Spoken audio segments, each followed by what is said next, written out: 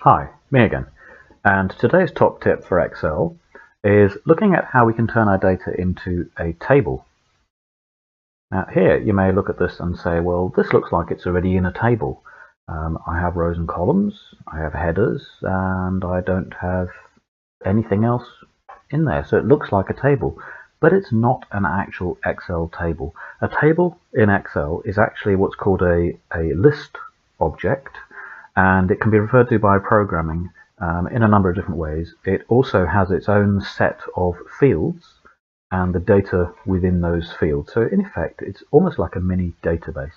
And in fact, this is one of the main reasons you should know how to use it, because the newer versions of Excel actually have some quite powerful data management features, and they can do analysis on tables of data which are stored in the data model or referenced by the data model. So if I come across here to my data ribbon, I could go in here to queries, and I could actually be looking at this set of data, for example, which is stored in another text file like a CSV file somewhere else. Or it could even be in a database, an existing database that I'm accessing from Excel. Ignoring all of that, let's look at how we can turn our set of data here into a simple table. So all I need to do is simply do Control T and then press Enter or click the OK button, because Excel will automatically go from the cell that I've clicked all the way around it to the extent of the range of data, and it will choose that range there. If it can notice a discernible difference between the headers and the actual data itself, for example, that's in bold, these are all currency, that's text, these are all numbers, that's text, these are numbers, and so on, it will automatically tick that box for you. If it doesn't recognize it, you may have to manually check the box there to say yes. When you click OK, this is now a table. A lot of people look at this and say, oh, that looks awful, it looks ugly. It's actually really, really useful. Watch what happens when I scroll down, and notice in particular what happens to the header column letters and the actual headers. Can you see how the headers, A, B, C, D, have now taken on the name of the columns? This is really useful because it lets me, in a nutshell, very simply use these for filters. So I can say, let's just see the Berlin ones, click. There's just the Berlin ones, and I can do that from any point within my list. I don't have to scroll back up to the top or have these with freeze panes applied.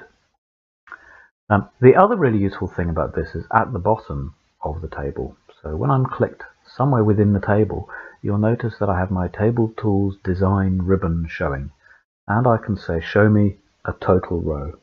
This is a common mistake people make, is they add or they put a total row at the bottom of the data which is calculated. Totals are not part of your data. Totals are a calculation done on the data, and they should not be touching the data, because otherwise this confuses Excel. When you go, for example, to make a chart, one of the columns will be total, and it will be as big as all of the rest of them put together. So this would give you a very odd looking chart, for example. So with your data, try and keep it looking like clean, good data. Here I have my total, and it's automatically put in a sum of all the years to retirement. Let's say, what's the average? In fact, let's say, what's the smallest, so we can find out when the next person is going to retire. So there we've got 2 years. Nobody's going to retire for 2 years, so we don't have to worry too much about a party just yet. Again, when I'm clicked within the data, I can see these headers. If I come outside the data, the headers disappear, because I may well be going to click in another table, and then I would be seeing the headers for that table. The other thing I can do is I can say, well, let's see what the average years of service is. I come down here and click on average. Let's see when the earliest date of birth was, 1952, and the latest, 1996. Okay, you'll see there are some very useful things we can do. For example, we can see a count, and that tells me how many records I have. Tables, fantastically useful. When you're working with tables, there are a few things to consider. One of these is the table name. Do always give your tables names. Make them sensible names. Don't make them my table 1, my table 2. Make them something relevant to the thing that they represent, because this name here is actually very like a named element. I have a table which is called staff, and these are the ranges that refer to that table. That's very useful because I now can refer to it programmatically or in a formula or a function from elsewhere in the workbook. I can refer to that particular table. Equally, when I say summarize with a pivot table, my pivot table will be referring to the entire table here. However much data I then add into the table, my pivot table, when I refresh it, will look at the entire table data again. So if I come down to the bottom, I'm going to press Tab, and Excel automatically puts in a new row of data for me.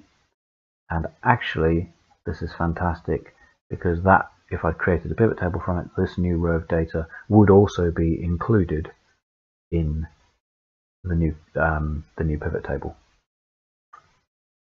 That, in a nutshell, is tables. Do start putting your data into tables. It will save you a huge amount of time later on and enable you to use some of the more powerful features coming out in Excel in the years to come. Once more, thank you for listening. I hope you found it useful.